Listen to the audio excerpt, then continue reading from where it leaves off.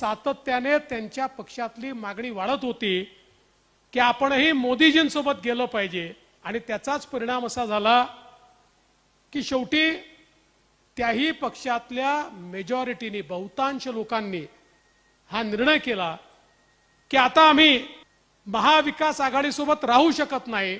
आता मला सांगा, जर कोणी आपल्या सोबत आलं तर त्याला घेतलं पाहिजे की नाही घेतलं पाहिजे? आपली शक्ती वाढवली पाहिजे की नाही वाढवली?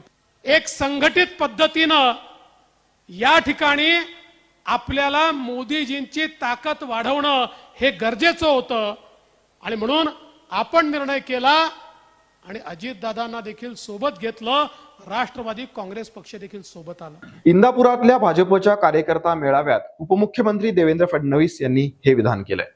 राष्ट्रवादी सोबतचा संघर्ष, भाजप कार्यकर्त्यांची नाराजी अशा विषयावरती ते बोलले। महाविकास आघाडीवरही त्यांनी कडाडून टीका केली।